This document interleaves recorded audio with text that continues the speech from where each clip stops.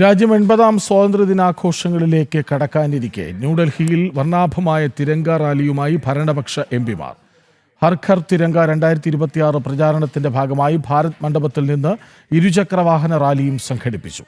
കേന്ദ്രമന്ത്രിമാരും ഇരുസഭകളിലെയും NDA എംപിമാരും റാലിയിൽ അണിനിരന്നു.